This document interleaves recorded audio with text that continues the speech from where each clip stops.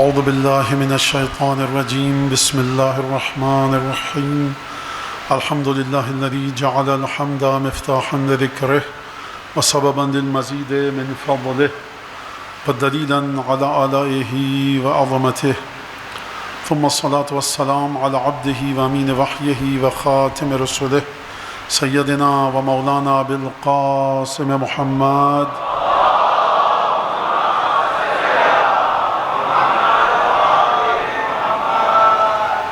وعلى أهل بيته الطيبين الطاهرين الذين أذهب الله عنهم الرجس وطهرهم تطهيرا.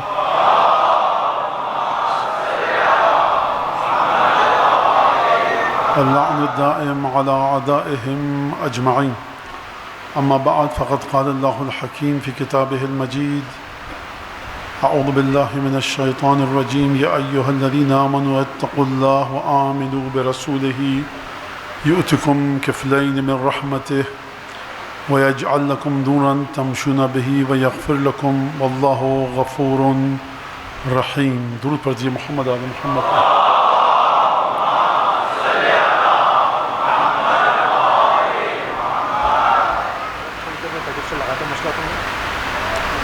عزیزان گرامی، کل کی گفتگو آپ کے پیش نظر ہے، اور جو ہمارا موضوع ہے سید الشہداء، غیب اور شہود. غیب یعنی جو نہ دکھے، شہود یعنی جو دکھے اور جس کو آپ حواس انسانی کے ذریعے درک کر سکیں. یقیناً کل کی گفتگو آپ کے اذہان میں ہے. گفتگو کا مقصد سید الشہداء کی معرفت حاصل کرنا، احادیث کے ذریعے اور روایات کے ذریعے. عقل بشری کو کنارے پر رکھ کر، عقل بشری سے دوری اختیار کرتے ہوئے عقل بشر اپنی نورانیت کو حاصل کرے احادیث اور کلمات اہل بیت کے ذریعے. 1 سال کی مجلس آپ نے شرکت کی، 10 سال سے 2 سال 5 سال کوشش کیجئے کہ خالص معارف اہل بیت آپ کو سمجھ میں آئیں. آپ کے جذبات کی کوئی حیثیت نہیں ہے اہل بیت کی محبت کے سلسلے میں، چیخ پکار کی کوئی حیثیت نہیں ہے آپ کی اور میری اہل بیت کی محبت کے سلسلے میں، جب تک کہ وہ چیخ و پکار، فریاد، آہیں، سسکیاں، گریہ، ماتم علوم اہل بیت سے اخذ نہ کیا جائے. معیار علوم اہل بیت ہیں، معیار احادیث اہل بیت ہے. کتنے فیصد مجالس چھٹے اور پانچویں امام کی تعلیمات کی روشنی میں ہوتی ہیں؟ گفتگو کا طریقہ ہمارا کیا ہوتا ہے؟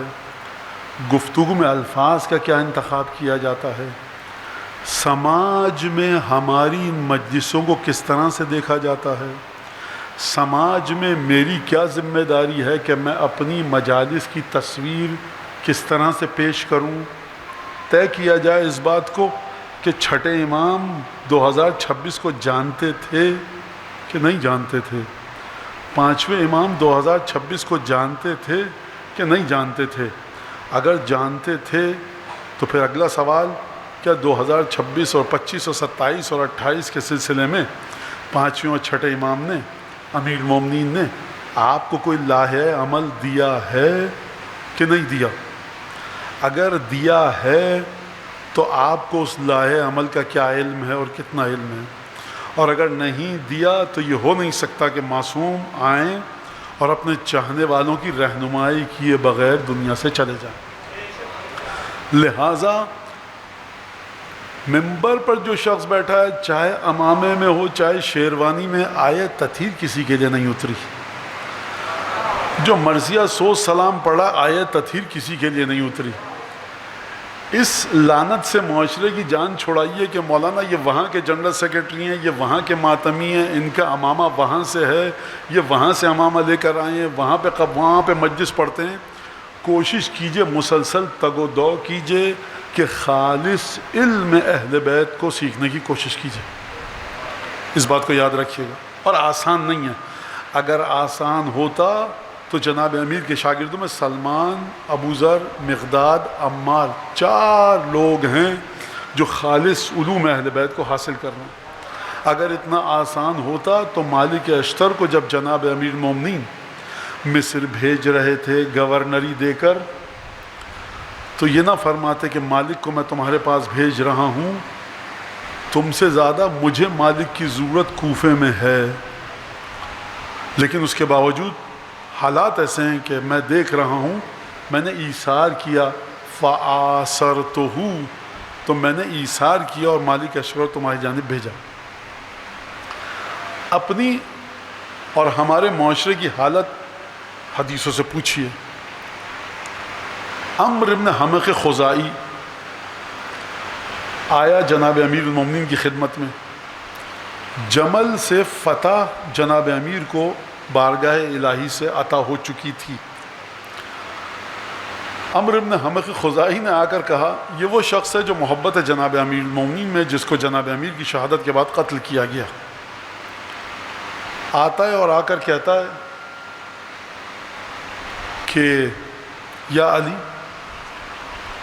لو کلفتنی نقل الجبال الرواسی، اگر آپ مجھے یہ حکم دیں کہ بڑے بڑے پہاڑوں کو اپنی جگہ سے منتقل کر دوں کسی اور مقام پر، خلاف عقل بات ہے. کیا امیر المومنین یہ حکم دیں گے؟ امیر المومنین رحمت کا پیکر ہے، آپ کی طاقت سے زیادہ حکم نہیں دیں گے. کہہ رہا ہے اگر آپ میری طاقت سے بھی زیادہ مجھے حکم دیں تو میں اپنے ذہن کے ایک کٹہرے میں رکھ کر اور اپنے ذہن کے ایک سانچے میں رکھ کر، اپنے ذہن کے ایک فریم میں رکھ کر آپ کو نہیں دیکھتا، آپ کی حدیثوں کے ذریعے آپ کو دیکھتا ہوں. میں اپنے تصورات اور اپنے تخیلات کے ذریعے امامت کے مرتبے کو طے نہیں کرتا، اپنی مرضی سے امام کے مرتبے کو اوپر لے جاؤں، نیچے لے جاؤں، دائیں بائیں، بلکہ حدیثوں کے ذریعے، جامعہ کبیرہ کے ذریعے، زیارت آل یاسین کے ذریعے میں امام کے مرتبے کو معین کرتا ہوں. آ کر کہتا ہے لو کلفتنی نقل الجبال الرواسی ونزح البحور الطوامی، اگر آپ مجھے حکم دیں کہ بڑے بڑے پہاڑوں کو میں اپنی جگہ سے سرکا دوں، وَنَزْحِ الْبُحُورِ الطَّوَامِ، اور بڑے بڑے سمندر جو تلاطم ہیں جن میں سمندر، گہرے سمندر، مجھے آپ حکم دیں کہ جاؤ سمندر کے پانی کو خالی کرو. کوئی کر سکتا ہے؟ نہیں. پہاڑوں کو ہلا سکتا ہے؟ نہیں. آپ مجھے حکم دیں سمندر کے پانیوں کو خالی کرو. اب یہ میرے الفاظ ہیں، کٹورا لے کر، پتیلی لے کر، پتیلا لے کر، دیگ لے کر جاؤ خالی کرو. چھوٹے بڑے حوض کے پانی کو آپ خالی کر سکتے ہیں، underground tank, overhead tank کے پانی کو آپ کٹورے گلاس سے خالی کر سکتے ہیں، مدت لگے گی. لیکن سمندر کے پانی کو خالی کرنا ناممکن ہے، پہاڑوں کو ہلانا ناممکن ہے. لو کلفتنی نقل الجبال الرواسی ونزح البحور الطوامی، اگر آپ مجھے حکم دیں کہ بڑے بڑے پہاڑوں کو اپنی جگہ سے ہلاؤ، اور اگر آپ مجھے حکم دیں کہ تم بڑے بڑے سمندروں کو خالی کر دو، حتی یاتی یومی ھذا، کہ آج جمل کا دن آ گیا، فتح آپ کو نصیب ہوئی، وفی یدی سیفی، میرے ہاتھ میں یہ میری تلوار ہو، احز بہ عدوک، اس تلوار سے آپ کے دشمن کو ہکاؤں، دوڑا دوں، بھگا دوں میدان جنگ سے. یعدو بہ کعبک ویفرج بہ حجتک، پھر دشمن کو بھگانے کے بعد پہاڑوں کو ہلاؤں، سمندروں کے پانی کو خالی کروں اور پہاڑوں کو سرکا دوں، آپ کے دشمن کو ہکا دوں، بھگا دوں. جس کے بعد یعدو بہ کعبک ویفرج بہ حجتک، آپ کی دلیل کو مضبوط کروں، جو آپ ہم کو دلائل سکھاتے ہیں اسے مضبوطی کے ساتھ سماج کے سامنے پیش کروں. من پسند دلائل نہیں. امیر مومنین کے سلسلے میں اوچھی گفتگو سننے کی عادت کو ترک کیجئے، گھٹیا گفتگو سننے کی عادت کو ترک کیجئے. آپ جو بتائیں اس کے ذریعے میں آپ کے مقام اور منزلت و فضیلت کو دنیا کے سامنے آشکار کروں. اگر یہ سارے کام کر بھی ڈالوں، ما ظننت انی ادیت من حقک الذی یجب لک علی، تب بھی میں نہیں سمجھتا کہ آپ درود پڑھتے محمد آل محمد پر.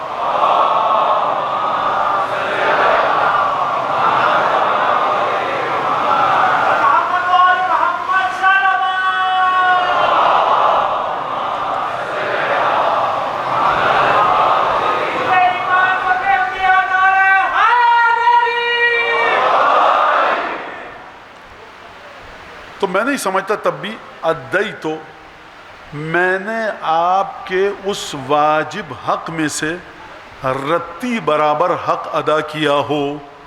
بس بیٹا ایک کافی ہے, کافی ہے, یہ کافی ہے, بس کافی ہے. آپ لوگوں کو ڈسٹربنس تو نہیں ہو رہی اس آواز کے ذریعے پنکھے کی؟ آواز صحیح آ رہی ہے آپ کو؟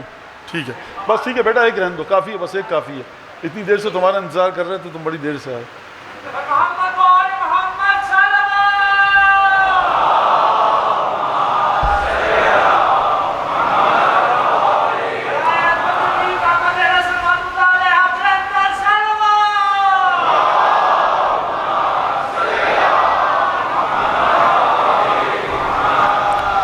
یہ عمرو ابن حمق خزائی ہے, امیر المومنین کے ساتھ جنگ جمل میں شرکت کر چکا ہے, صفین میں نہروان میں شرکت کرے گا.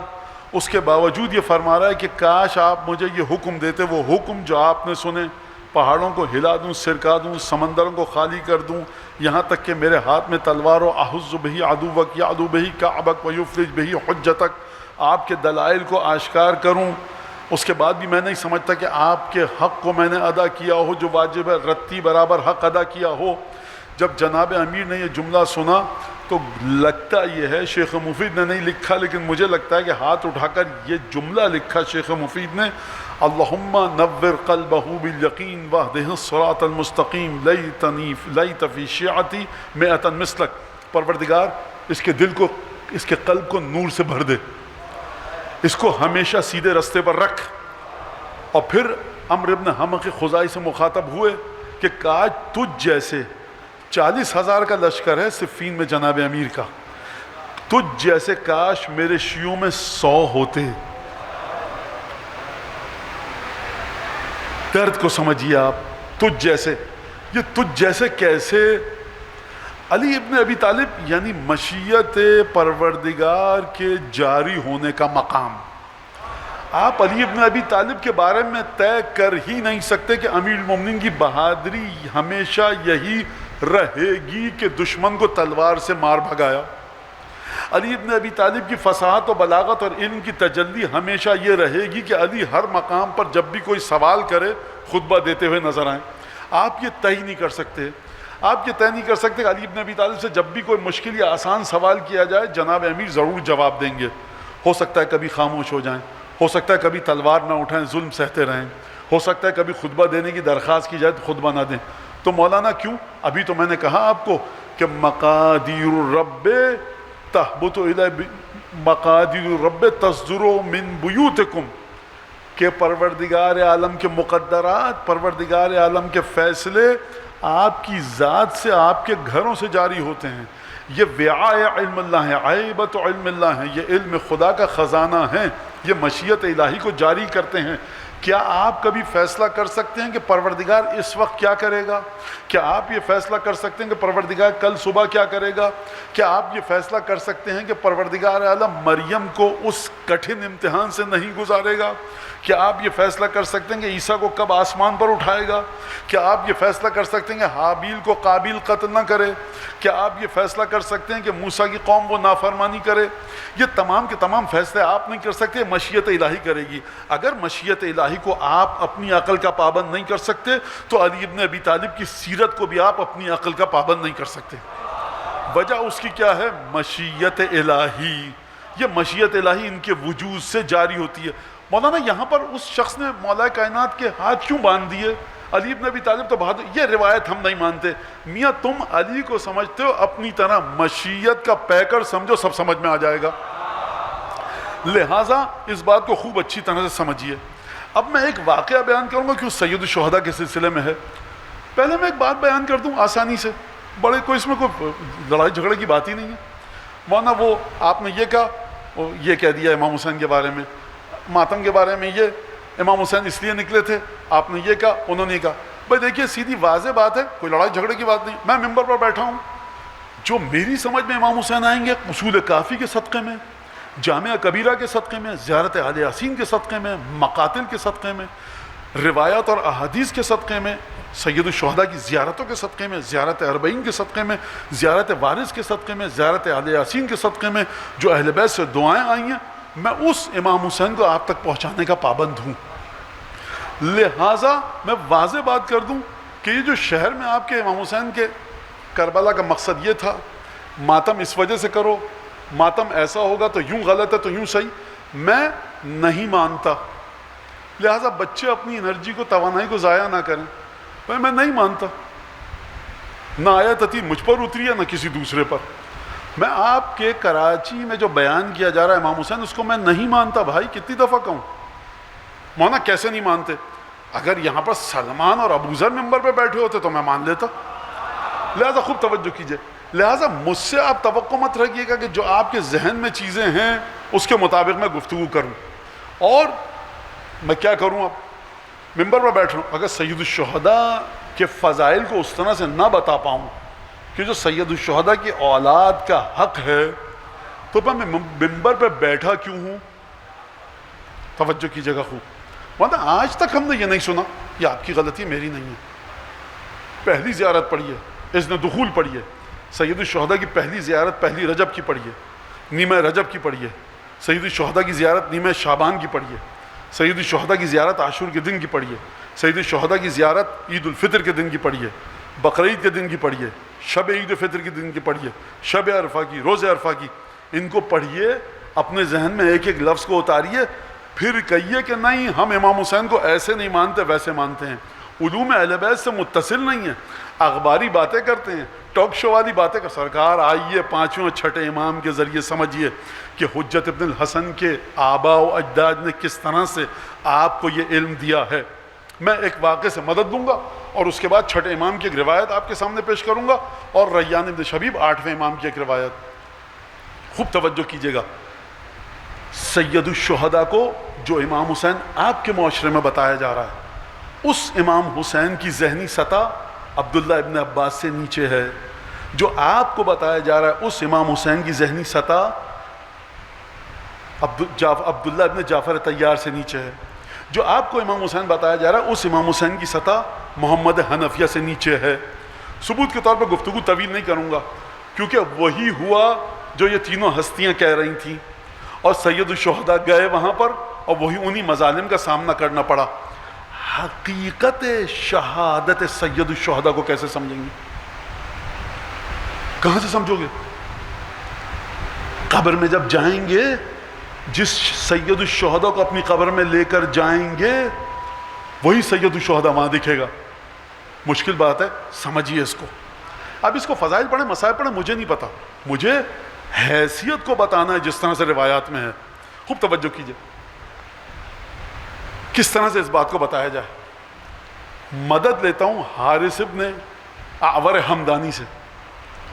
حارث ابن اعور حمدانی مولا کا شاگرد ہے، بخار سے اٹھا، کئی دن سے جا نہیں پایا جناب امیر کی زیارت کے لیے، کوفے میں موجود ہے، بخار سے افاقہ ہوا، منہ پر پانی کا چھپاکا ڈالا، بخار ذرا کم ہوا، اور ایک بدنما سی لاٹھی ٹیکتا ہوا گیا علی ابن ابی طالب کی بارگاہ میں، دق الباب کیا، اذن شرف یابی ملا، سلام کیا، مولانا جواب دیا۔ مولانا نے ایک عجیب سوال کیا، کہا ما جاء بک فی الحر، یہ اتنی گرمی میں کیوں آیا ہے میرے پاس؟ جناب امیر نہیں جانتے کیوں آیا ہے؟ علی ابن ابی طالب کو بھی لطف آتا ہے اپنے چاہنے والے کی زبان سے دل کے بھید سنیں۔ نجف میں زری کے سامنے جا کر جو آپ نوحہ پڑھتے ہیں تو امیر المومنین کے علم میں اضافہ ہو رہا ہوتا ہے۔ قصیدہ پڑھتے ہیں نجف میں زری کے سامنے جا کر مولا کائنات کو آپ علم میں اضافہ کر رہے ہوتے ہیں، نہیں۔ پھر کیوں پڑھتے ہیں؟ یا علی آپ میرے دل میں ایسے ہیں، اس کا ہے ثواب۔ خلاصہ یہ کہ یا علی ڈر رہا تھا کہ مر نہ جاؤں آپ کے دیکھنے سے پہلے۔ کیوں ڈر رہا تھا؟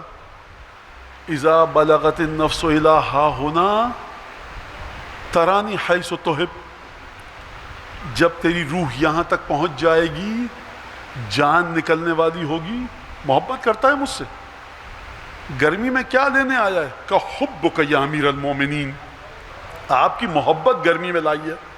کیوں آئے ہو؟ ڈر رہا تھا بخار میں موت نہ آ جائے۔ آپ کے لیے بخار ایک کھیل ہے، اس زمانے میں بخار بڑی عجیب بیماری تھی۔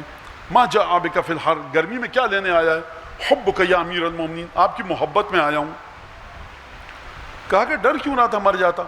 اچھا پہلی بات تو سن کہ تجھے بخار تھا، مجھے پتا تھا کہ تجھے بخار ہے، اور جن تکلیفوں سے تم گزر رہے تھے ہمیں علم تھا، جب ہمارا چاہنے والا، سچا چاہنے والا تکلیف سے گزرتا ہے تو ہمیں علم ہوتا ہے۔ کا ڈر کیوں رہا تھا؟ اذا بلغت النفس الی ہاہنا، جب تیری روح یہاں تک پہنچ جاتی، ترانی حیث تحب، تو مجھے دیکھتا۔ کیا مولا نے فرمایا تو مجھے دیکھتا؟ ایک جملے کا اور اضافہ فرمایا، اس جملے کو سیکھیے نوجوان بچے بچیاں، میری بیٹیاں، میری بچیاں، مائیں بہنیں، یہاں میرے بچے سنیں۔ فرمایا تو مجھے دیکھے گا۔ کیا جناب امیر نے یہ فرمایا تو مجھے دیکھے گا؟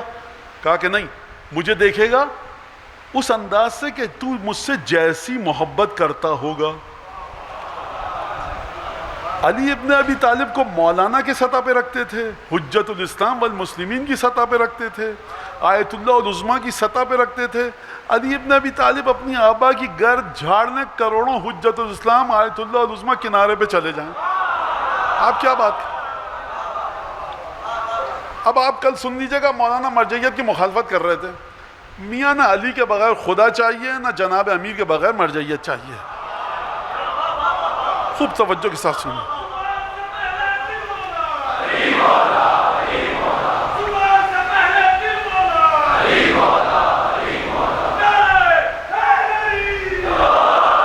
اور یہ جو میں آپ کے سامنے روایت پیش کر رہا ہوں، یہ ہمارا مراجع تقلید نہیں اپنی کتابوں میں لکھی۔ ان کو بھی علم ہے کہ ہمارا اجتہاد بغیر حب علی کے دو کوڑی کا نہیں ہے، لہذا خوب سمجھیے اس بات کو۔ یہ ہم کس کی باتیں کر رہے ہیں؟ مراجع تقلید کی کتابوں کے ذریعے میں اس طرز تفکر کی مخالفت کر رہا ہوں جو آپ کے شہر میں، آپ کے ملک میں پھیلایا جا رہا ہے۔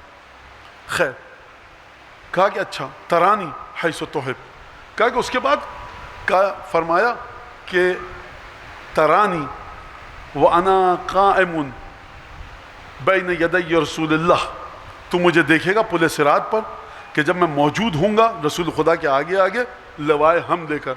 ترانی حیث تحب، تو مجھے دیکھے گا جس طرح سے تو مجھ سے محبت کرے گا۔ وعند المقاسمہ، حارث نے پوچھا یا علی یہ مقاسمہ کیا ہے؟ کہا جب میں جنت اور جہنم کو تقسیم کروں گا، کہوں گا یا نار خذی ہے فإنہ من عدوی، یا نار دعی ہے فإنہ من شیعتی، اے آتش جہنم اس کو چھوڑ دے، یہ میرا خالص چاہنے والا ہے، اس کو دبوچ لے، یہ میرا دشمن ہے۔ تو یہ مقاسمے کے وقت تو مجھے دیکھے گا حیث تحب۔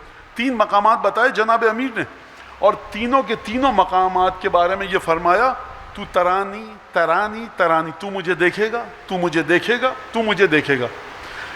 صرف یہ نہیں فرمایا تو مجھے دیکھے گا، فرمایا حیث تحب، جیسی محبت کرے گا۔ یہ کیا جملہ ہے، جیسی محبت کرے گا؟ اگر دو رکعت کے مولانا کی سطح پر رکھا، حقیقت وجود علی بن ابی طالب ایک ہے، لیکن ہر شخص اپنے عقیدے میں جس علی ابن ابی طالب کو پروان چڑھا رہا ہے اسی انداز سے علی کو دیکھے گا۔ سید ہمیری کو یہ فضیلت پتہ لگی، سید ہمیری نے قصیدہ کہا اسی حدیث کو سامنے رکھ کر۔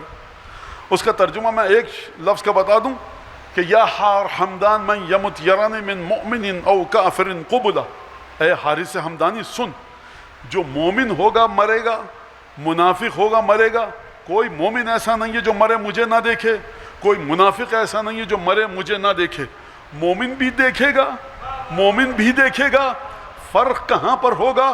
فرق ہوگا حیث تحب میں۔ اے حارث تو محبت کرتا ہے، نورانی خوشنما شکل میں دیکھے گا، جو نفرت کرتا ہے وہ غیظ و غضب کی صورت میں دیکھے گا، ایک سزا دینے والے شخص کی صورت میں دیکھے گا۔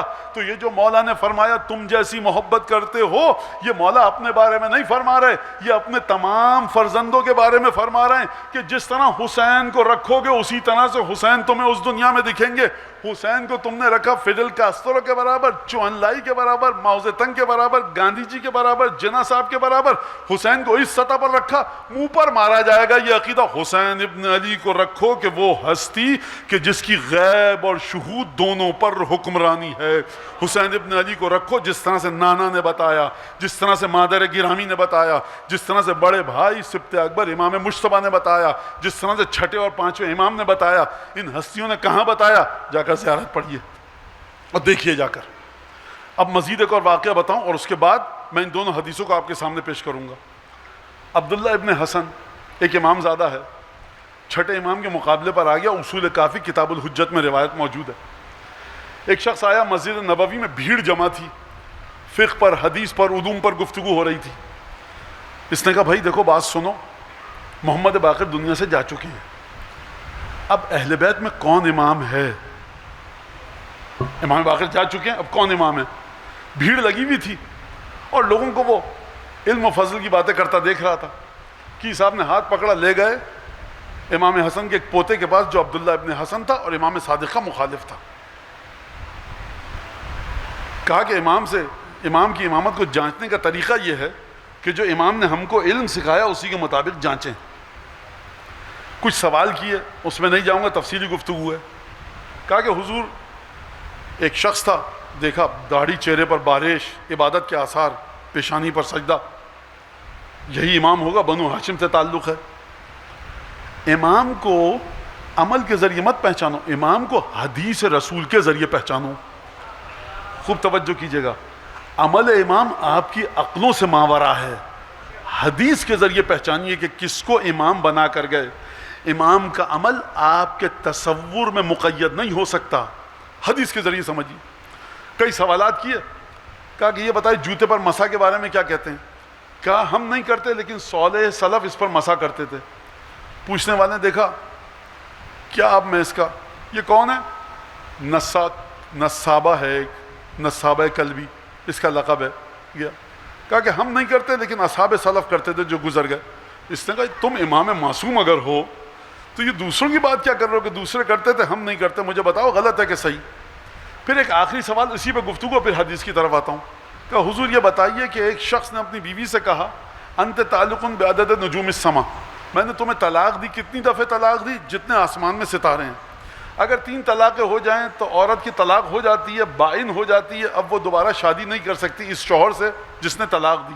تو اب حضور یہ بتائیے کہ انت تعلق بعدد نجوم السما، طلاق دی میں نے تمہیں، کوئی شوہر اپنی بیوی سے کہے کہ جتنے ستاروں کے برابر، اس کا کیا حکم ہے؟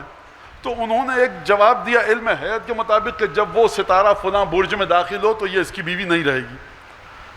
کہا کہ حضور بہت شکریہ، خدا حافظ، التماس دعا۔ دل میں سمجھ گیا کہ آپ امام نہیں ہیں۔ دوبارہ آ کے بیٹھا اسی رش میں، بھیڑ میں جو مسجد نبوی میں علم اور درس و تدریس میں مشغول تھی۔ ایک شخص کو دیکھا آیا چپکے سے، کہا کیا ہوا؟ کہا امام نہیں ہے، علم کو اپنے بتا نہیں سکا جو ائمہ کی علم کا خاصہ ہے۔ کہا تمہیں لے کے چلوں اصلی امام کے پاس؟ کہا چلو۔ کہا جعفر ابن محمد امام ہے۔ سوالات کیے، یا ابن رسول اللہ یہ بتائیے جوتے پر مسح جائز ہے؟ امام نے کہا باطل ہے۔ کہا یہ بتائیے کسی نے اپنی بیوی کو طلاق دی، انت تعلق بعدد نجوم السما، جتنے آسمان میں ستارے ہیں تم کو طلاق دی، تو کیا طلاق ہو گئی؟ نہیں ہوئی۔ عبداللہ ابن حسن نے کیا جواب دیا تھا کہ ایسے طلاق ہوگی۔ امام نے کہا تعریف سورۃ الطلاق، سورۃ طلاق آتی ہے پڑھنی؟ کہا کہ ہاں آتی ہے۔ کہا اقرا، پڑھو۔ اس نے پڑھنی شروع کی۔ جب وہ آیا وَطَلِّقُهُنَّ لِعِدَّتِهِنَّ، جب اس آیت پر پہنچا کہ جہاں طلاق کا حکم ہے، سوال کیا تھا راوی کا؟ ستاروں کے برابر جس نے طلاق دی تو طلاق ہو گئی کہ نہیں ہوئی؟ جب وہ طلاق کی آیت پر پہنچا امام نے کہا رک جاؤ، یہ رک گیا۔ امام نے کہا اترا ہاں ہونا نجومن، یہاں پر ستاروں کو دیکھ رہے ہو کیا آیت میں؟ کہا کہ نہیں ابن رسول اللہ۔ کہا تو پھر پوچھ کیوں رہے ہو؟ کہا خدا نے جس چیز کا ذکر نہیں کیا اس چیز کو لے کے کیوں آ رہے ہو؟ کہا پھر عدت کیسے ہوگی؟ کب یہ نامحرم ہو جائے گی؟ دوسری شادی کر پائے گی کہ نہیں کر پائے گی؟ امام نے جواب دیا ترد علی سنت رسول اللہ، اس آیت کو سنت رسول کی روشنی میں سمجھو۔ اب میں نتیجہ دے کر آگے بڑھوں۔ ایسی مجلس ہوگی تو دیکھیے اس کا کوئی فائدہ نہیں ہے، امام حسین کے لیے روئیں گے تو فائدہ نہیں ہے۔ ایسی مجلس میں شمر بھی آ کر ماتم کرتا ہے۔ آپ نے اگر گئے زری کو چوم لیا، آپ اسلام سے کتنی دور ہیں؟ زری کے قریب جانے کا شوق ہے، زری کی زیارت کر لی۔ قاتلان امام حسین نے تو امام حسین کو دیکھا بھی تھا، آپ تو زری کو دیکھ کر آئے ہیں، خوش مت ہوئیے۔ آپ گریہ کر رہے ہیں تو یزید کے لشکر والوں نے بھی گریہ کیا تھا، ایسا گریہ کا فائدہ کیا؟ تو میری درخواست ہے ان لوگوں سے، حضور جن چیزوں کو آپ گریہ کی شرط بتا رہے ہیں، اپنے چھٹے امام سے مدد مانگوں گا۔ کیا ستارے دیکھ رہے ہو یہاں پر جو ستاروں کو شرط میں داخل کر رہے ہو؟ کیا وہ چیزیں جو آپ اپنی طرف سے گریہ کی شرائط میں داخل کر رہے ہیں، کسی امام نے ان چیزوں کو داخل کیا ہے کہ نہیں کیا؟ دیکھیے عزاداری وہ ہوتی ہے جس سے حکومت لرز جائے۔ چھٹے امام نے اپنے گھر میں عزاداری کی حکومت لرزی، امام سجاد نے اپنے گھر میں عزاداری کی حکومت لرزی، امام باقر نے اپنے گھر میں عزاداری کی حکومت لرزی، دیبل نے آ کر امام رضا کو قصیدہ سنایا، حکومت لرزی۔ اگر حکومت نہیں لرزی تو کہیے کہ امام کی بارگاہ میں جو عزاداری کی گئی وہ درست نہیں تھی، ہماری عزاداری درست ہے۔ یاد رکھیے ان چیزوں کو عزاداری میں شامل مت کیجئے کہ جن کو امام نے شامل نہیں کیا۔ نوجوان بچوں سے یہ کہا جا رہا ہے کہ تم تو زری دیکھ کر آئے، دشمنان امام حسین نے تو امام حسین کو دیکھا تھا، آپ تو یہاں پر رو رہے ہیں۔ قاتلان امام حسین بھی روئے تھے، شمر بھی رویا تھا۔ واللہ بخدا ایک روایت دکھاؤ جو معصوم سے آئی ہو کہ شمر ملعون نے گریہ کیا ہو۔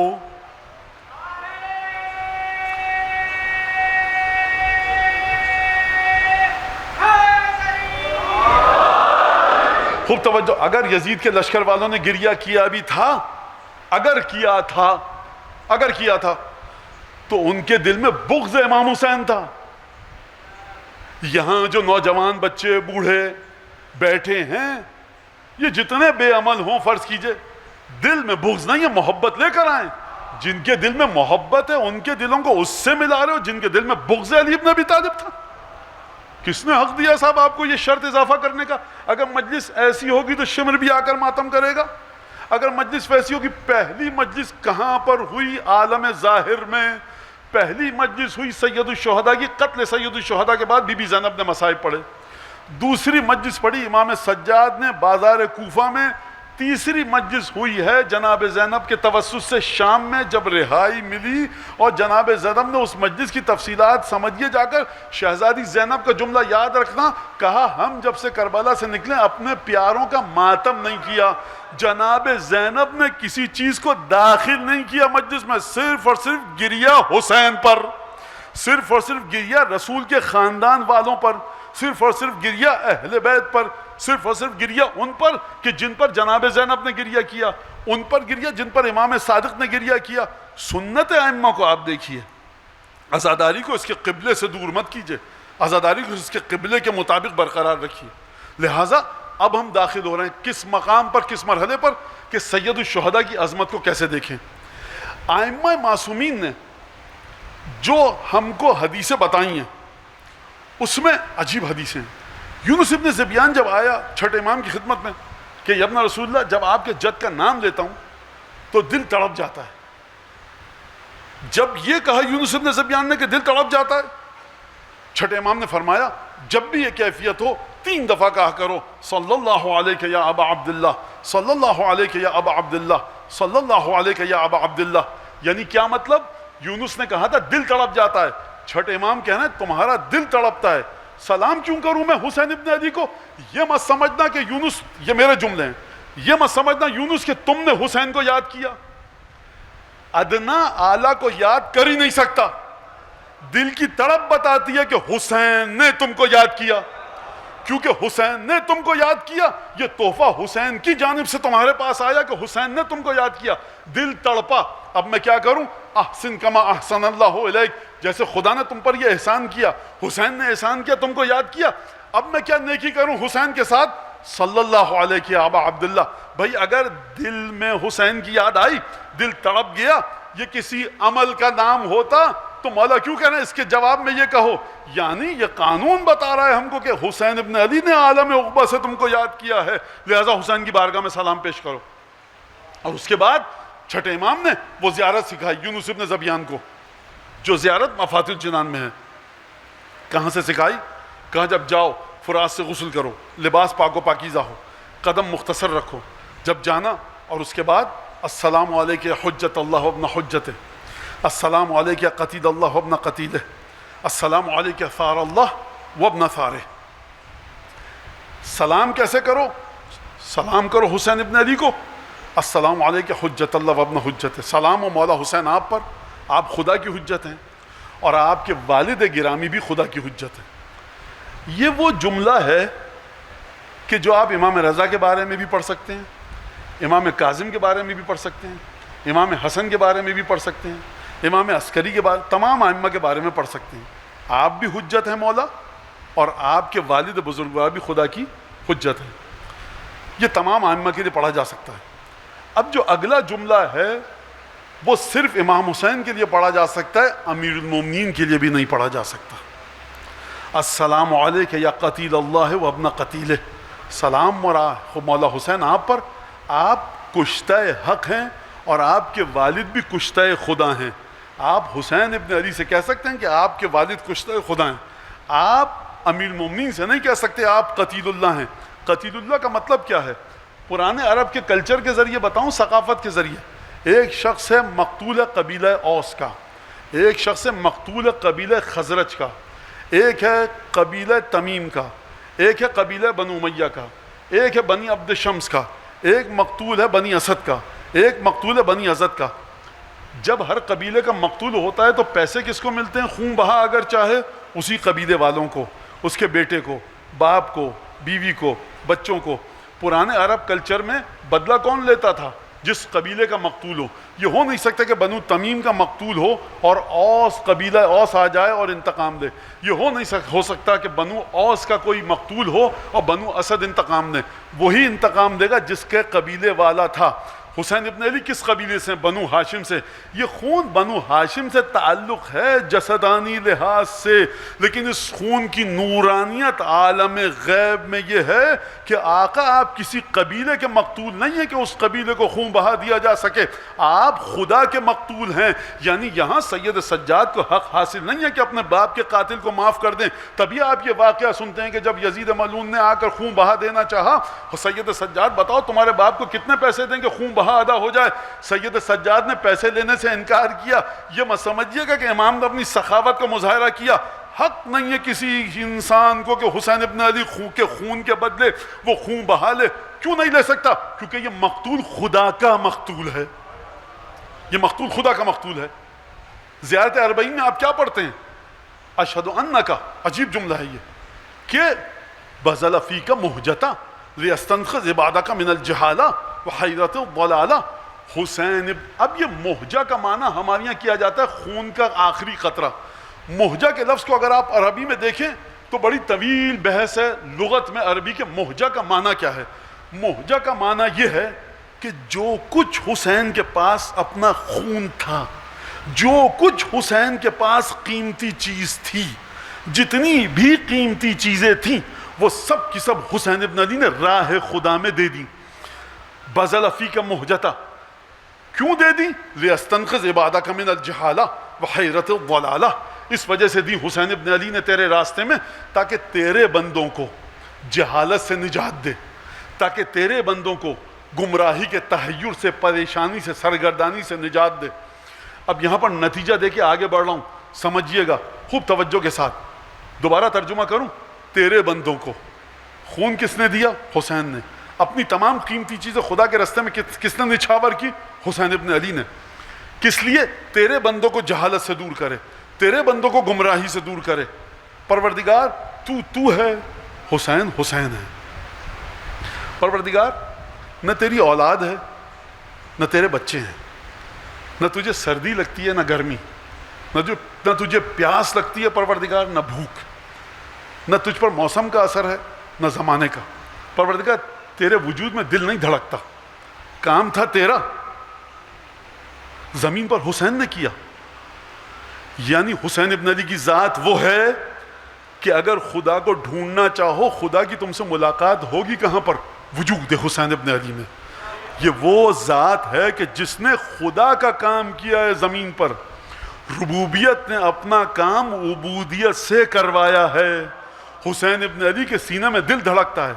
بیٹوں کی محبت ہے, بیٹیوں کی محبت ہے, بہنوں کی محبت ہے, بھائیوں کی محبت ہے, لیکن پروردگار حسین ابن علی نے تیری خاطر, یہ مت سمجھیے گا کہ تیری خاطر پروردگار عالم نے زبردستی جبرن یہ کام کروایا, تیری خاطر کہ تیرے بندوں تک ہدایت پہنچ جائے, مقام عبودیت پر رہ کر ربوبیت کے کام کو زمین پر انجام دیا.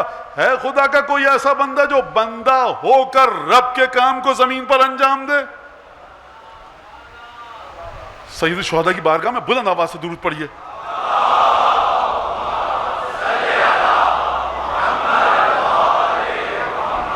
اب یہ تفصیل میں نہیں جا رہا کہ کون سی جہالت اور کون سی گمراہی, یہ ایک الگ گفتگو ہے. لہٰذا جب یونس ابن زبیان آئے اور چھٹے امام سے عرض کی, چھٹے امام نے زیارت سکھائی, کہا السلام علیکم حجت اللہ و ابن حجت, یہ کہو اے خدا کی حجت اور آپ کے والد بھی خدا کی حجت, یا قتیل اللہ و ابن قتیل. یعنی جس طرح سے ربوبیت کے مقام پر, جس طرح سے توحید کے مقام پر خدا وحدہ لا شریک ہے, بندگی کے مقام پر حسین ابن علی لا شریک ہیں.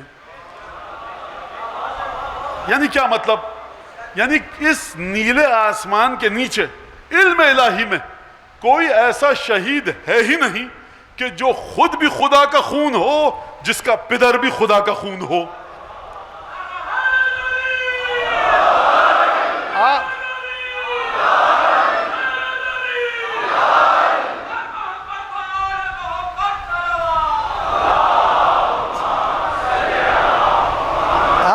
حسین ابن علی کی عزاداری میں بیٹھے ہیں, کس کو لا رہے ہو حسین ابن علی کے ساتھ رونے میں؟ کس کے اوپر گریہ کروا رہے ہو؟ ساتھ شامل کیوں کر رہے ہیں آپ کسی بھی چیز کو؟ مت شامل کیجئے. ایصال ثواب کی مجلس کیجئے, ثواب ہدیہ کیجئے, ڈھیروں قرآن پڑھیے, نمازیں پڑھیے, اس کی ہر مرحوم جس کو آپ چاہتے ہیں لائیے, ہر چیز جس کو آپ اضافہ کرنا چاہتے ہیں کیجئے. حسین ابن علی کے برابر, حسین ابن علی کی عزاداری میں کوئی شرط آپ داخل مت کیجئے کہ جو امام نے داخل نہ کی ہو. لہذا خوب توجہ کے ساتھ سنیے گا اس بات کو, خوب توجہ کے ساتھ سنیے گا. اب وہ بیچارے ہمارے دوست جو مسلسل کہہ رہے ہیں کہ مولانا یہ باتیں مت کریں, یہ میں بیٹھا کس بات کے لیے ہوں یہاں پر؟ مولانا ادھر سے آئیے, ادھر آئیے, آبا دے دیجئے, پانی لا دیں, پنکھا, یہ میں بیٹھا کس بات؟ اوقات ہے میری شہر کی گلی میں گھوموں پھرتے ہیں میر خوار, کوئی پوچھتا نہیں. اوقات کیا ہے ہماری؟ جو عزت ہے اس منبر کی وجہ سے. ہماری ذمہ داری ہے کہ سید الشہداء کی عظمت کو اپنے جوانوں کے دلوں میں, دماغوں میں روشن کریں. لہذا فرمایا یا قتیل اللہ و ابن قتیل. دو مرحلے ہیں سید الشہداء کی شہادت کے, ایک قتل ہونا اور قتل ہوتے وقت جو لہو گلو مبارک سے بہا. سید الشہداء کی منزلت یہ عالم غیب پر ہے. خوب توجہ کیجیے گا, میں اپنے موضوع میں دھیرے دھیرے داخل ہو رہا ہوں. اس کے بعد جب یہ بات ہوئی سار اللہ و ابن سارے, یہ خون کس کا خون ہے؟ خدا کا خون ہے. اور پدر بزرگوار کا خون کس کا خون ہے؟ خدا کا خون ہے. یہ قتیل کس کا قتیل ہے؟ خدا کا مقتول ہے. والد بزرگوار کس کے مقتول ہیں؟ خدا کے مقتول ہیں. یہ تینوں چیزیں آپ سمجھ لی, یہ ہے اس کا غیب سے تعلق. خدا ہے اور حسین کا خون, خدا ہے اور حسین کا قتل.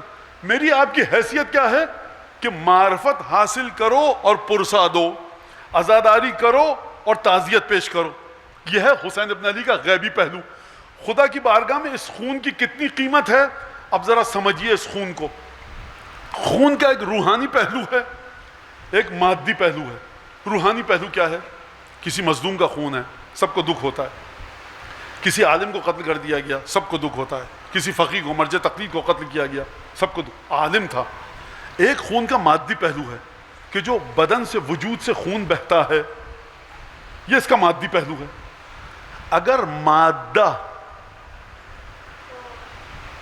غیب کے تمام مراحل سے عبور کر کے غیب میں جا کر سکونت اختیار کرے تو اس مادے کو آپ کیسے سمجھیں گے؟ دوبارہ بات کرنے دیجیے، سید الشہداء کے خون طیب و طاہر کی بات ہو رہی ہے. آپ نے صدقہ دیا، چلیے قرآن سے مشکل کو حل کر دوں.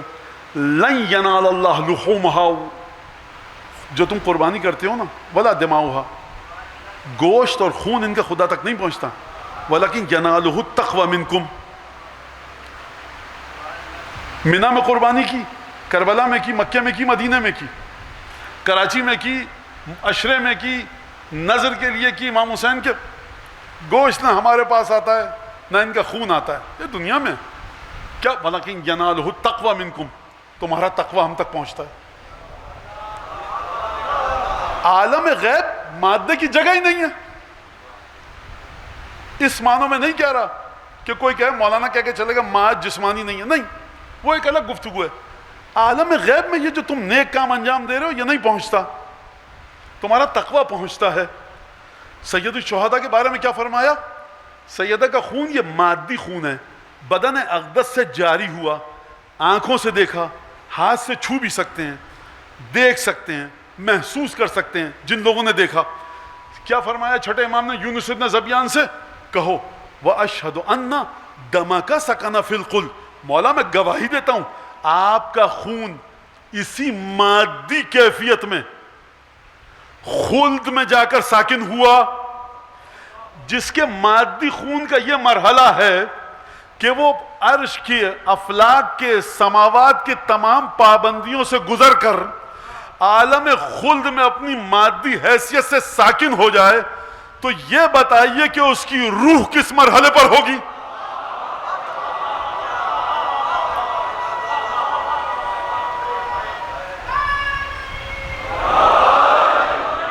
آپ نے واہ واہ کر لی، داد دے دی، مجھے نعرہ لگ گیا، درود بھیج دیا. اب سن بھی لیجئے، حق ادا ہونا چاہیے. یہ جملہ میرا نہیں ہے، یہ جملہ ہے زعیم حوزہ علمیہ قم عالم وقت حضرت آیت اللہ العظمی الحاج الشیخ حسین وحید خراسانی کا، جو تشریح آپ کے سامنے پیش کی. میری عقل کہاں جائے گی وہاں تک؟ یہ ہے ہمارا فقی، یہ ہے مرجع تقلید. روایت بتائی رسول خدا خود سید الشہداء کے ساتھیوں کے خون کو شیشی میں جمع کر کے کربلا سے عالم قدس پہ گئے. اشہد ان دمک سکن فی الخلد، یہ ہے خون کی قیمت. اگر انتقام خون حسین کی بات کرتے ہو تو ہم اور آپ ہیں ہی نہیں کہیں.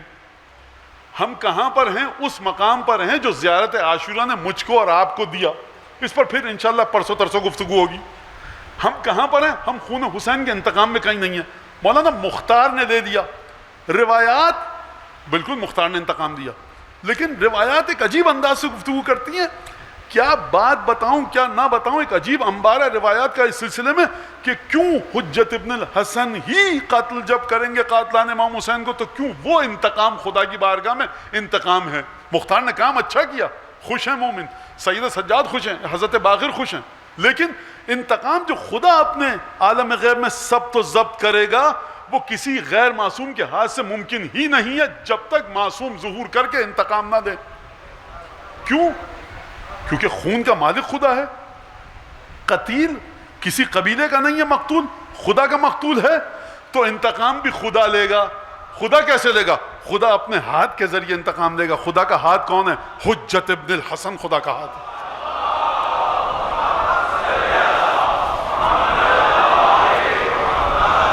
لہذا خوب اس بات کو سمجھیے، آپ درک کیجئے، اس بات کو اپنے ذہنوں میں اتاریے، اپنے وجود میں اتاریے. قتیل اللہ وابن قتیلہ وثار اللہ وابن ثارہ، کہ خون خدا کا ہے، خدا کا خون اور فرزند ہے خدا کے خون کے. یہ بات آپ سمجھیے. اور اس کے بعد یہ خون کی ہے قیمت، مقام، عظمت. اب دیکھیے اثر، خوب توجہ کیجئے گا، چھٹے امام کے جملے ہیں. سرکار، ایک ہے خون کی قیمت اور مقام اور سکونت، ٹھہرنے کی جگہ، خون کی رہائش کہاں پر؟ اشہد ان دمک سکن فی الخلد، میں گواہی دیتا ہوں کہ آپ کا خون عالم خلد میں ساکن ہوا. اور اس کے بعد اگلا جملہ کیا ارشاد فرمایا امام نے؟ واشہد ان اخشعرت منہ اذلۃ العرش. اب اذلۃ العرش کا ترجمہ میں یہی کر رہا ہوں، آسان ترین طریقے سے تشریح نہیں کر سکتا. عرش کے ستون، کس کے عرش کے؟ عرش الہی کے ستون، عرش الہی کے پائے، جب آپ کا خون زمین پر بہا تو عرش الہی کے پایوں پر کپ کپاہٹ طاری ہوئی، تھر تھراہٹ طاری ہوئی. یعنی قدر و قیمت دیکھیں گے اگر آپ مولا حسین کے خون کی تو خدا خود انتقام دے گا. اگر قدر و قیمت دیکھیں گے حسین ابن علی کی تو خدا کے قبیلے کا مقتول ہے. اگر اثر دیکھیں گے تو عرش الہی کے پائے لرزنے لگے. اگر سکونت اور اسکان اور ٹھہرنے اور رہنے کی جگہ دیکھیں گے، اشہد ان دمک سکن فی الخلد، میں گواہی دیتا ہوں کہ آپ کا خون اسی مادی صورت میں عالم ارواح میں ہے. جس کا خون مادی صورت میں اتنا بلند اور طیب و طاہر ہے کہ عالم ارواح کی پابندیوں کو قبول نہ کرے، اس کی حیثیت کہاں پر ہوگی؟ لہٰذا اب چلیے ایک روایت کی طرف کہ جو فضائل کی روایت ہے. غالب کا ایک شعر ہے، اگرچہ شب جمعہ ہے لیکن بہرحال اب آ گیا ہے تو سن لیجئے. بہرحال کس سے ہو سکتی ہے مداحی ممدوح خدا؟ کون کر سکتا ہے آرائش فردوس بری؟ خدا نے جس کی تعریف کی ہو اس کی کون تعریف کر سکتا ہے؟ خدا نے جس کی تعریف کی اس کی تعریف کون کر سکتا ہے؟ کوئی نہیں کر سکتا. جنت کو کون سجا سکتا ہے؟ کوئی نہیں سجا سکتا. میں اگر ہوتا تو غالب سے کہتا جنت سجائی جائے گی. جنت میں ایک پھیکا پن ہے، جنت کی خامی ہے. تمام علماء اسلام نے شیعہ سنی کی قید سے بالا تر اس روایت کو نقل کیا کہ جب تمام کے تمام لوگ جنت میں چلے جائیں گے، فَلَمَّا اسْتَقَرَّ أَهْلُ الْجَنَّةِ فِي الْجَنَّةِ، جب تمام جنتی بہشتی جنت میں چلے جائیں گے اور اپنے مقام پر مستقر ہو جائیں گے، ٹھکانے پر بیٹھ جائیں گے، جنت کہے گی خدا سے یا رب انک وعدتنی انک تزیننی بالرکنین من ارکانک، پروردگار تو نے مجھ سے یہ وعدہ کیا تھا کہ تو جو تیرے رکن ہے نا، جو تیری توحید کے ستون ہیں، ان ستونوں میں سے تو 2 ستونوں کے ذریعے مجھے سجائے گا. اب سمجھ میں آیا جنت پھیکی کیوں ہے؟ تمام اہل جنت جا چکے ہیں، جنت پھیکی ہے. جنت کہہ رہی ہے مجھے انک وعدتنی کہ تزیننی بالرکنین من ارکانک، پروردگار تو نے وعدہ کیا تھا کہ مجھے سجائے گا اپنے 2 رکنوں کے ذریعے، جو تیرے ارکان توحید ہیں ان کے ذریعے تو مجھے سجائے گا، 2 رکنوں کے ذریعے، 2 ستونوں کے ذریعے، 2 بنیادوں کے ذریعے. ان 2 رکنوں کے ذریعے جو تیری توحید کو سنبھالے ہوئے ہیں کہاں ہیں؟ نہیں سجایا تو نے. خدا کہے گا الم ازینک بالحسن والحسین، کیا میں نے تجھے حسن اور حسین کے ذریعے نہیں سجایا؟ جب خدا یہ جملہ ارشاد فرمائے گا تو معصوم فرماتے ہیں فماست الجنہ کما تمیس العروس، تو جنت اس طرح سے لہلائے گی، جنت اس طرح سے خوش ہوگی، جنت پر وہ عالم وجد و شوق طاری ہوگا کہ جس طرح سے دلہن رخصتی کے وقت خرامہ خرامہ قدم رکھتی ہے، جنت پر وجد کا وہ عالم طاری ہوگا.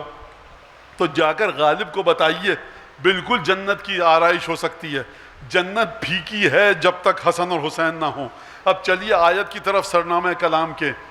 یا ایھا الذین آمنوا اتقوا اللہ وآمنوا برسولہ یؤتکم کفلین من رحمتہ ویجعل لکم فرقانا ویجعل لکم نورا تمشون بہ ویغفر لکم. اور اس کے بعد پروردگار عالم جو گفتگو فرما رہا ہے اس میں، جو میں نے کل آپ کے سامنے پیش کی، اگر ہمارے رسول کے تقوی اختیار کرو گے تو پروردگار کیا کرے گا؟ اپنی رحمت کے دونوں حصے دے دے گا. رحمت کیا کرتی ہے؟ رحمت آتی ہے مشکلات کو حل کرتی ہے. پروردگار عالم جنت کی مشکل کو حل کر رہا ہے کس کے ذریعے؟ کہہ رہا ہے میں نے تجھے حسن اور حسین دیے ہیں. اب سمجھ میں آیا اس آیت میں پروردگار عالم جو رحمتوں کی بات کر رہا ہے 2، ایک وجود کا نام ہے حسن، ایک وجود کا نام ہے حسین. اگر قیامت میں کوئی اور رحمت ایسی ہوتی کہ جو جنت کو زیبائی دے پاتی تو پروردگار ان کے ذریعے جنت کو آرائش دیتا اور سجاتا. عالم غیب میں سوائے حسن اور حسین کے کوئی ہے نہیں کہ جو جنت کی آرائش کا سامان خلق کر سکے.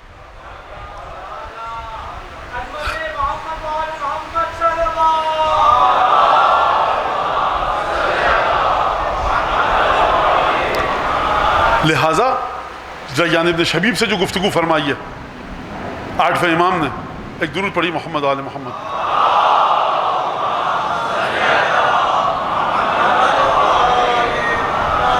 ریان ابن شبیب سے جو گفتگو فرمائی ہے 6 امام نے، 8ویں امام نے، وہاں پر بڑے عجیب انداز سے جتنے بھی حسین ابن علی سید الشہداء کے متعلقین تھے کربلا میں، انصار تھے، ان کا ذکر کیا، شہادت کا ذکر کیا، قاتل حسین پر لعنت بھیجنے کا ذکر کیا، اپنی ولایت کا ذکر کیا، محبت اہل بیت کا ذکر کیا. روایت بڑی طویل ہے، میں اس طرف نہیں جاؤں گا، لیکن ایک چیز 8ویں امام کا جملہ میں یہاں پر آپ کے سامنے پیش کروں گا. فرمایا کہ دیکھو ان سرک ان یکون لک ثواب من استشہد، اگر تمہیں یہ بات پسند ہے کہ تم بھی اس ثواب میں شریک ہو کہ جو حسین ابن علی کے ساتھ جو لوگ شہید ہوئے ان کو وہ ثواب ملا، فَمَهْمَا ذَكَرْتَهُمْ، جب بھی تمہیں حسین کے ساتھی یاد آئیں تو یہ جملہ کہو یا لیتنی کنت معہم فافوز فوزا عظیما، کہ کاش میں بھی ان کے ساتھ ہوتا تو فوز عظیم پر فائز ہوتا. یعنی 8ویں امام حکم دے رہے ہیں کہ دیکھو 2026 کا سفر اختیار کر کے 61 ہجری میں جاؤ، 61 ہجری کی کربلا کو 2026 میں مت لاؤ، کہو کہ میں بھی ان کے ساتھ ہوتا. یعنی وہ جس طرح سے شہید ہوئے ہیں اب ویسا کوئی شہید نہیں ہو سکتا. جس کو بھی مرحلہ کمال پر پہنچنا ہے، جو چاہتا ہے کہ حسین ابن علی کے ثواب میں شریک ہو، شہادت میں ساتھیوں کی، اس کی ذمہ داری یہ ہے کہ امام فرما رہے ہیں کہو کہ کاش میں ان کے ساتھ ہوتا. ان کی خصوصیت کیا تھی، ان کی خوبی کیا تھی؟ یہ فانی تھے ذات حسین ابن علی میں، یہ فنا تھے ذات حسین ابن علی میں، یہ محبت حسین ابن علی میں فنا تھے عجیب انداز سے. وہ صحابی کا واقعہ آپ کے سامنے، نماز پڑھ رہے ہیں سید الشہداء، ظہر اور عصر کی، تیر لگا، زمین پر گر گیا، حسین نے اپنی نماز ختم کی، آگے بڑھے، سر کو اپنے صحابی کے اپنے زانوں پر رکھا، اور ایک دفعہ اس نے ایک جملہ کہا، کلمہ نہیں پڑھا، یہ نہیں کہا مولا میرے بیوی بچوں کا خیال رکھیے گا، کہہ رہا اب وفائی تو یا ابن رسول اللہ، میں نے وفا تو کی آپ سے. امام حسین نے فرمایا انت امامی فی الجنہ، تو جنت میں مجھ سے پہلے جائے گا. اور اس کے بعد سانس ٹوٹنے سے پہلے، اپنی شہادت سے پہلے، اس شہید نے جس کا سر حسین ابن علی کے زانوں پر ہے، ایک دفعہ حبیب کی طرف دیکھا، کہا دیکھو حبیب ہم تو چلے، علیک بہذا الرجل، اب تم ہمارے بعد حسین کا خیال رکھنا. ان کی امامت کا مرحلہ یہ تھا کہ ان کو دنیا اور آخرت میں سوائے حسین ابن علی کے کوئی نہ دکھا. انعام ان کو کیا ملا؟ وَعَلَى الْأَرْوَاحِ الَّتِي حَلَّتْ بِفِنَائِكَ، حسین ابن علی کے انصار جنت میں تو ہیں لیکن جنت میں کس حجرے میں ہیں، جنت میں کس مقام پر ہیں؟ یہ حسین کی چوکھٹ پر ہیں. زیارت عاشورہ کے مطابق وَعَلَى الْأَرْوَاحِ الَّتِي حَلَّتْ بِفِنَائِكَ، مولا ان روحوں پر سلام ہو، حلت بفنائک، جو آپ کی چوکھٹ پر ہیں. یہ عجیب سلسلہ ہے. مولا یہ فرمائیے کہ جو جنت میں آپ کے ساتھ ہیں، تو مولا کا جواب آئے گا یہ اتنا حسین ابن علی کی محبت میں ڈوب چکے تھے کہ ان کی جنت کا نام ہی حسین ابن علی ہے.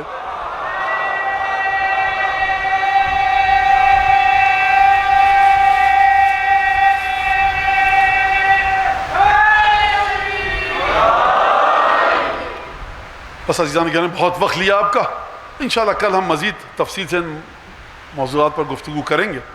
2 محرم میں جو طریقہ ہے، آج کے دن سید الشہداء کا کربلا میں داخلہ ہوا تھا،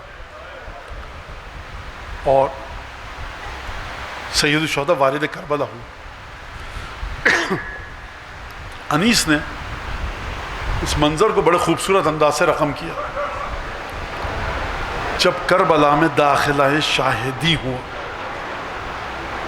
دشت بلا نمونہ خلد بری ہوا، سر جھک گیا فلک کا یہ اوج زمیں ہوا، خورشید محو حسن حسین ہنسی ہوا، پایا فروغ نیر دین کے ظہور سے، جنگل کو چاند لگ گئے چہرے کے نور سے، پھیلی جو نکھت چمن شاہ بہروبر، صحرا میں لہا گیا سبزہ بھی سر بسر، جلدی ہوا نے جا کے یہ دریا کو دی خبر، آیا تیری ترائی میں مختار خشک و تر، جیسے وہ بحر فیض برائے وضو بڑھے، جلدی قدم تولے کہ تیری آبرو بڑھے. مجھے اس پہ 2 جملے کہنے دیجئے. ہوا نے جا کر دریا سے کہا دیکھ حسین آ چکا ہے. حسین کا ارادہ ہے وضو کرنے کا، اور حسین اپنا ہاتھ دست مبارک دریا فرات میں ڈالیں گے وضو کے لیے، اس سے پہلے کہ حسین تجھ تک آئے تو حسین کے قدموں کو چھو لے تاکہ تیری آبرو بڑھے۔ یہ انیس نے کیا فرمایا؟ پھیلی جو نکہت چمن شاہ بہروبر۔ انیس یہ نہیں کہہ رہے کہ حسین کی خوشبو پھیلی، کہہ رہے ہیں حسین کے باغ کی خوشبو پھیلی۔ یہ کس باغ کی بات کر رہے ہیں انیس؟ اس باغ کے ایک پھول کا نام ہے ابو الفضل عباس، ایک پھول کا نام ہے علی اکبر، ایک پھول کا نام ہے اون و محمد، ایک پھول کا نام ہے قاسم ابن الحسن۔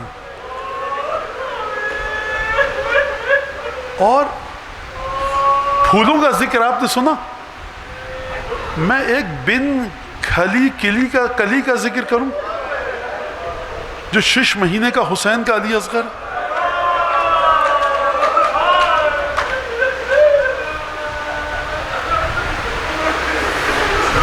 کس طرح سے حسین ابن علی کربلا تشریف لائے۔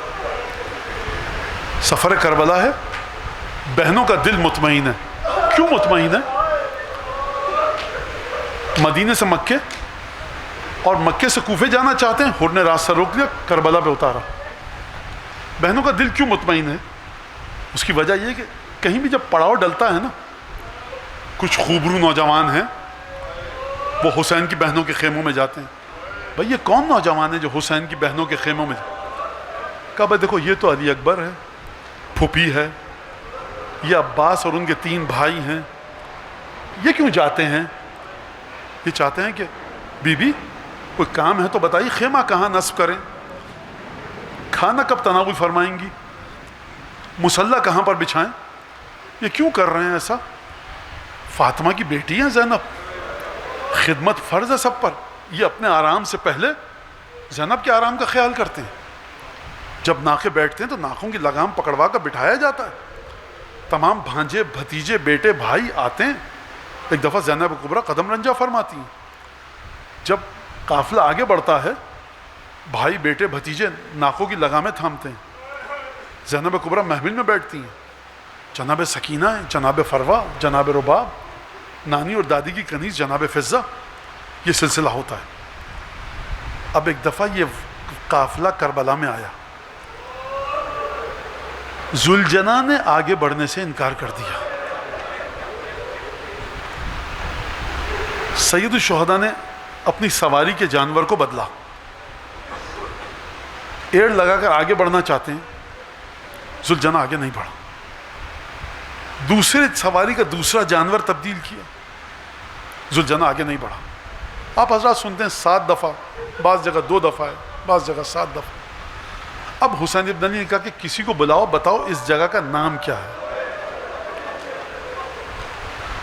میں آپ کے سامنے ایک سوال پیش کروں، کیا آقا حسین کو نہیں پتا کہ یہ کون سی جگہ ہے؟ یہ بتانا چاہتے ہیں کہ میرے بیٹوں، میرے بچوں، میرے ساتھیوں اور اے میرے شیعوں، یاد رکھنا حسین پورے علم اور آگہی کے ساتھ کربلا آیا۔ کسی ضعیف بنو اسد کا ایک شخص تھا، وہ آیا، کہا اس جگہ کا کیا نام ہے؟ کہا یا ابن رسول اللہ اسے غاوریہ کہتے ہیں۔ کہا کوئی اور نام ہے اس کا؟ کہا فرزند رسول اسے نینوا بھی کہتے ہیں۔ کہا کوئی اور نام ہے اس کا؟ کہا اسے طف بھی کہتے ہیں۔ کہا اس کا کوئی اور نام بھی ہے؟ ایک بوڑھے کو بلا کر لایا گیا، اس نے کہا اسے مولا کربلا بھی کہتے ہیں۔ جیسے یہ جملہ آقا حسین نے سنا، کہا اللہم انی اعوذ بکا من کرب و بلاء، انا للہ و انا الیہ راجعون۔ ایک دفعہ آقا نے استرجا کی آیت تلاوت فرمائی، میں کہوں گا آقا سے مولا حسین، محمل میں بیٹھی ہوئی بہن کے کانوں میں آواز چلی گئی، دل پر تیر چل جائیں گے۔ بس ایک دفعہ حسین اپنے ذوالجناح سے زمین پر آئے، قدم رکھا اور فرمایا ہا ہنا محط رحالنا، یہ وہی جگہ ہے جہاں ہمارے خیمے لگیں گے، وَمَصْرَعُ رِجَالِنَا، یہ وہی جگہ ہے جہاں ہمارے مرد کٹ کٹ کر گریں گے، وَمَقْتَلُ أَطْفَالِنَا، یہ وہی جگہ ہے جہاں اون محمد قتل ہوں گے۔ علی اصغر کی گردن چھدے گی. وہ سب عیالنا، یہ وہی جگہ ہے جہاں رسول زادیاں قیدی بنا کر لے جائی جائیں گی.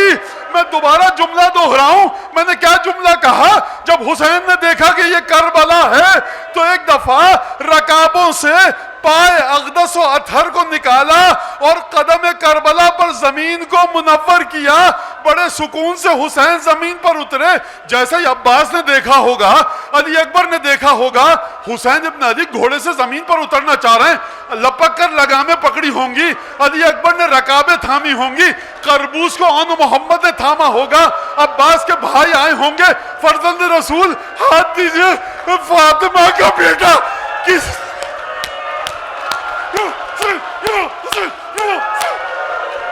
فاطمہ کا بیٹا آج رک اللہ یا بقیت اللہ، آج رک اللہ فی مصاب جدک الحسین. لگ رکابیں پکڑی، لگام پکڑی،